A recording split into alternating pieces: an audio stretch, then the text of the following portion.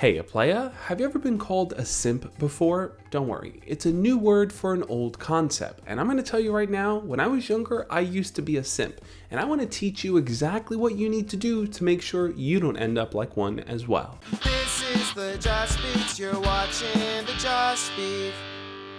For those of you that are new here, my name is Josh, and every single week I make videos sharing tips, ideas, and stories teaching you how to be your best self. So if you want to learn and grow, hit the subscribe button and make sure to click on the notification bell. Before we get into what you shouldn't do, let's first actually understand what a simp is. Now, Urban Dictionary defines it as a man that puts himself in a subservient, submissive position under women in hopes of winning them over, without the female bringing anything to the table. Now, this is an important definition to think about because basically you're putting yourself completely out there with no intention of getting anything back from the other person. No love, no care, no kindness, only their flat out attention. And that really leads to the first point here, which is to never approach a relationship with no end in sight. If you like that person, if you want to build something out with them, think about what that process will look like. Think about what the qualifying steps are for you to eventually go out with them. A lot of times, people have this general attraction towards someone and they know they want to be physically intimate with them and potentially date them, but they haven't really thought all those steps through. What would be the qualifiers for you to want to date this person? What would be the disqualifiers? What is it that you're looking for in a relationship, and do they match up to that? Now you might be thinking, Josh, I really just want to hook up with them. I'm not looking for a relationship or thinking much deeper than that.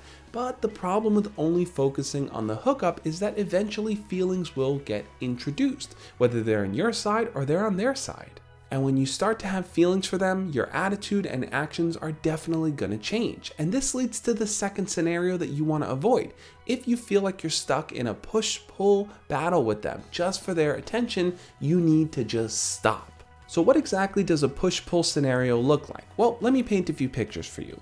Let's say you go out of your way to walk your crush home because you want to show them how special they are to you. Or you buy them a gift because they mean the world to you and you want them to know it.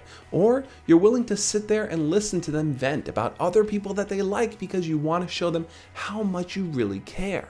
All these actions involve that person giving you their attention. But what happens when they stop giving you their attention? What happens when they don't respond to your messages or don't contact you for a few days or pretend like they don't really know you that well when they see you in person? If you feel like you're stuck in this constant rat race of having to do things just to maintain that person's attention, you need to stop, because I'm going to lay out the simple truth for you here.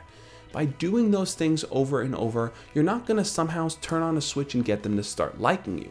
If they like you, they're going to want to spend more time with you. They're going to talk to you. They're going to show that level of interest. You're not just going to win them over eventually by getting little blips of their attention here and there. And I know you're probably thinking, but Josh, I'm playing the long game. If I continue to show them that I like them, eventually they're going to see that I'm the right person for them. And that's just simply not how it works. Attraction is something that can build up over time, but if you think by doing these little things to gain brownie points, it's going to get you over the hill for that attraction, it's just not going to happen. And when it comes to attraction, this is the third huge mistake that I see a lot of guys make that end up classifying them in this simp category.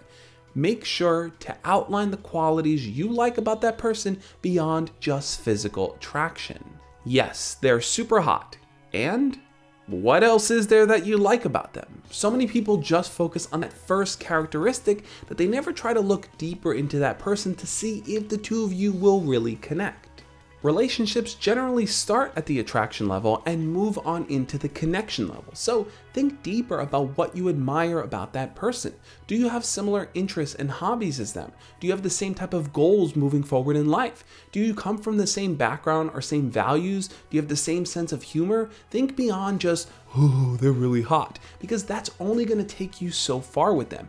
If they see that you're only chasing them for their physical appearance, they're never going to look deeper in you, just like you're not looking deeper in them. And look, I get it. It's not easy to do. If you find yourself simping after a girl, maybe you're too afraid to ask them out. Maybe you're too afraid to learn more about them. Maybe you find it very easy and comfortable to stay in the position that you're in. But if you don't move forward with them, if you don't try to build something, if you don't try to learn more about them beyond just that attraction level, you're going to stay in this position forever. And is that really what you want? Trust me on this, I've seen people simp after girls. I've seen people with one-itis. I've been there myself. In fact, I'm gonna link up a video right over here telling you exactly what my experience was like with the girl that I was a simp for. So check that out. But I wanna lead you into the fourth point here because this is an incredibly crucial one for anyone that finds themselves in that simping position for someone that they like.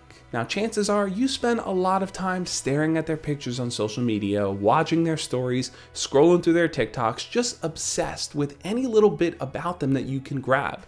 And this is the fourth thing you need to start doing.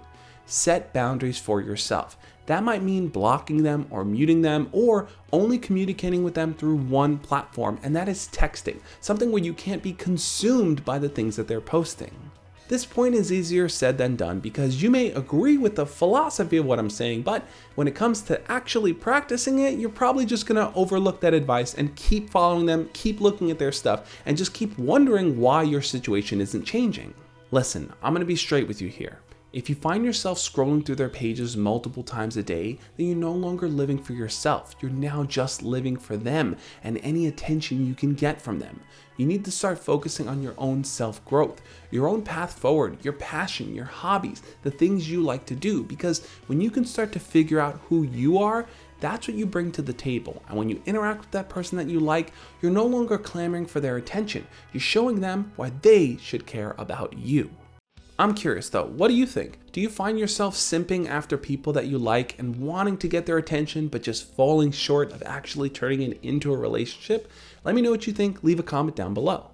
I want to give a huge shout out to all my patrons and YouTube channel members. These are the people that help the channel grow. So if you want to learn how you can talk to me one-on-one every single month, check out the link to Patreon down below. Also, what I want you to do is to check out the video listed over there on the side. It's going to teach you how to get out of the friend zone, how to develop that confidence you need to actually go after the person that you like. Check out those resources and I'll catch you next time. As always, love and peace.